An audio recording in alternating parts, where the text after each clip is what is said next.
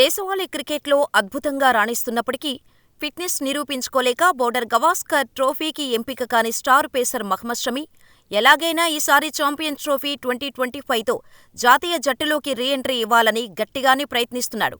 ఈ క్రమంలోనే తాజాగా తన కమ్బ్యాక్ గురించి మాట్లాడాడు షమి.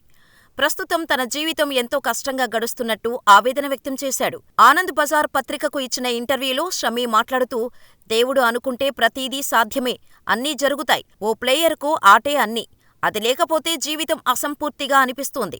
మరి అలాంటిది బంతి పట్టుకోకపోతే నా జీవితాన్ని ఎలా ఆస్వాదిస్తాను? జీవితం చాలా కష్టంగా సాగుతుందని మాత్రం చెప్పగలను. దేశానికి ఆడుతున్నామనే మోటివేషన్ చాలు. నా రీహాబిలేషన్లో ప్రతిరోజూ ఇండియన్ జెర్సీని చూస్తూనే ఉంటాం. ఇక డొమెస్టిక్ క్రికెట్లో బెంగాల్ జట్టుకు ఆడటంతో నా పాత రోజుల అనుభూతి కలిగింది. అది నాలో కొత్త శక్తిని ఇచ్చి సరికొత్త ఉత్సాహాన్ని నింపింది అని చెప్పుకొచ్చాడు. కాగా షమి చివరిసారిగా 2023 వన్డే ప్రపంచకప్లో అంతర్జాతీయ క్రికెట్ ఆడాడు. అప్పుడు చీలమండ గాయం అవటంతో లండన్ వెళ్లి సర్జరీ చేయించుకున్నాడు. కోలుకొని ఫిట్నెస్పై దృష్టి సారించాడు. వాస్తవానికి బోర్డర్ గవాస్కర్ ట్రోఫీకి ఎంపికవుతాడని అంతా భావించారు. కానీ పూర్తి ఫిట్నెస్ లేకపోవటం వల్ల చివరి నిమిషంలో సెలెక్టర్లు అతడిని పక్కన పెట్టేశారు.